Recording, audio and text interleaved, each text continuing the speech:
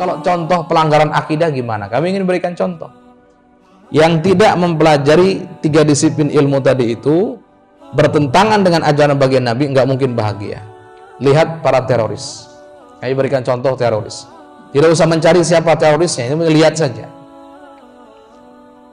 Ada teroris, dia ngebom suatu tempat, kemudian setelah itu ditangkap.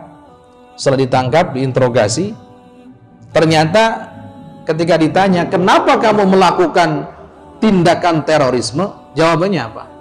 Karena dia meyakini bahwa, lihat, meyakini bahwa yang dia teror itu adalah orang-orang yang memang harus dimusnahkan dari muka bumi. Ini keyakinan yang salah. Sudah dia keyakinannya, lihat, karena dia keyakinan salah, maka dia melakukan tindakan yang salah. Setelah itu, akibatnya di dunia dia harus mempertanggungjawabkannya, di akhirat di hadapan Allah dia harus bertanggungjawabkan juga. Dulu pernah terjadi diskusi antara Imam Mutawalli Sya'rawi dengan seorang teroris. Kata Imam Mutawalli Sya'rawi pada teroris tersebut, mereka yang kamu teror, yang kamu bom itu, kenapa kamu bom? Oh, mereka maksiat. Mereka kurang ajar sama Gusti Allah. Baik. Terus, apa yang kamu inginkan? Ya mereka harus musnah. Harus dibunuh, harus dihilangkan dari muka bumi ini. Baik, Syekh Mutawalli Sya'rawi bertanya begini, setan itu pengennya manusia masuk neraka atau manusia masuk surga? Kata dia, teroris ini mengatakan apa? Ya pengennya manusia masuk neraka, ini kan setan. Setan bukan kita, bukan. Kalau kita pengen masuk surga, setan pengen kita semua masuk neraka.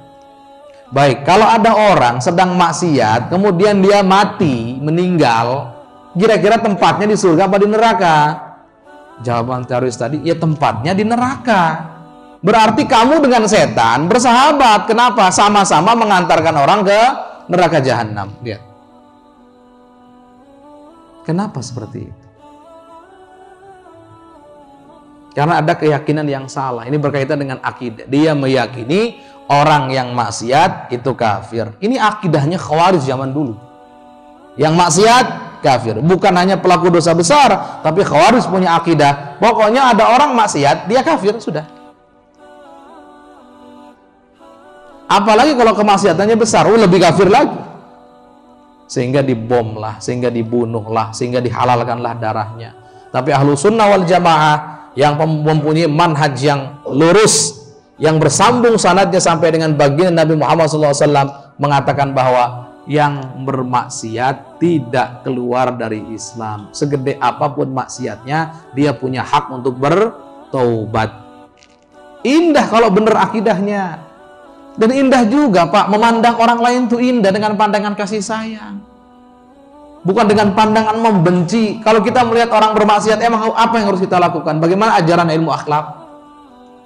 Guru-guru kita mengajarkan, kalau kita melihat orang maksiat, contohnya ada orang berzina, kita tahu ada sahabat kita, saudara kita melakukan zina, apa sikap kita yang harus kita lakukan? Yang harus kita munculkan saat itu?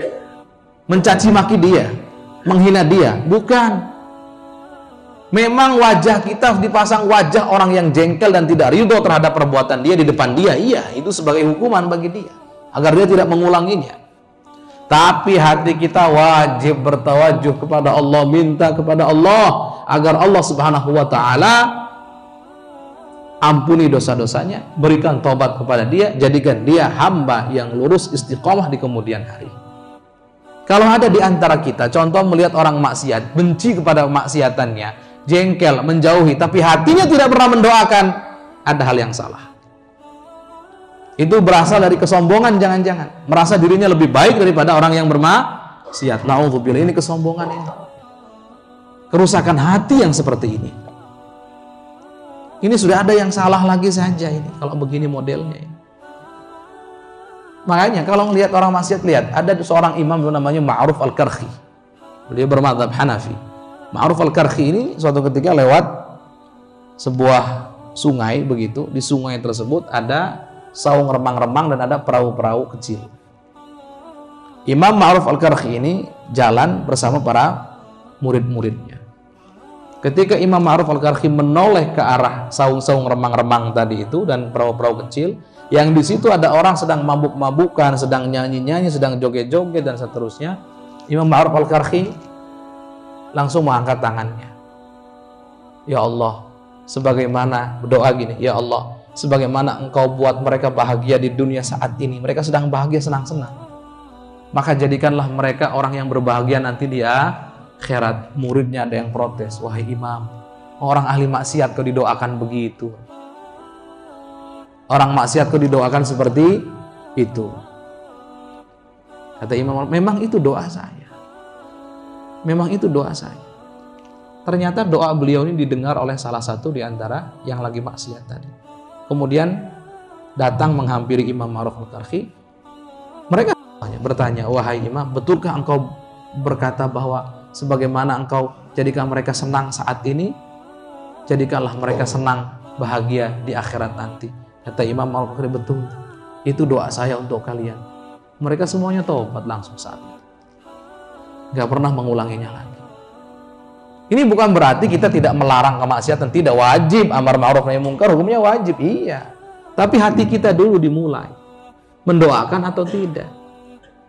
Contoh lain, kalau ada orang berbuat zina di kampung, bukan di kampung kita, di sebuah kampung, kemudian kita mendengar, biasanya masyarakat, apa yang terjadi di masyarakat? Biasanya terjadi majelis penggunjingan. Di mana-mana ada perkumpulan menggunjingi orang yang berbuat zina tadi itu.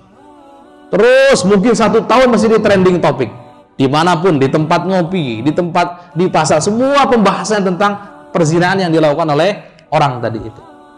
Terus hati merasa sombong, lebih baik daripada orang tersebut. Kemudian kita menggunjing, menghibahi dia dan seterusnya. Itu isinya dosa semua. Kenapa seperti itu? Dosa, padahal mungkin saja orang yang berzina tadi itu sudah Allah ampuni karena dia taubat beneran. Jadi pelaku zinanya sudah taubat, Allah sudah ampuni, sedangkan kita sibuk menggunjingi dia, panen dosa. Ini kesalahan lagi saja. Makanya perlu sekali lagi kita semuanya untuk mempelajari 3 disiplin ilmu tadi itu yang kami sebutkan itu. Kalau sudah ada di sini, itu yang kami harapkan. Belajar ilmu akidah supaya keyakinan kita benar. Yang yakinnya benar, pokoknya aman di dunia, aman di akhirat.